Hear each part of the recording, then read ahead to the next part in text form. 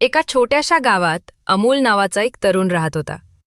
तो खूप मेहनत करत होता, पण तरीही यश त्याच्यापासून दूरच होतं. दररोज तो स्वामी समर्थांच्या मंदिरात जाई आणि डोळे मिटून म्हणे, स्वामी, मी प्रयत्न करतोय, पण माझं नशीब कधी बदलणार?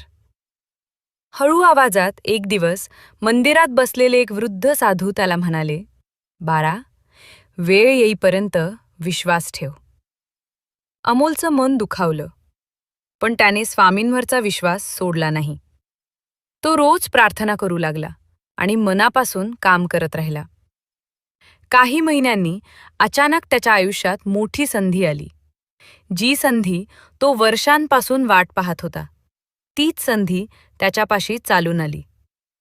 त्या दिवशी अमोलच्या डोळ्यात पाणी आलं आणि तो मनात म्हणाला, स्वामी, तुम्ही उशीर करता, पण कधीच अन्याय करत नाही.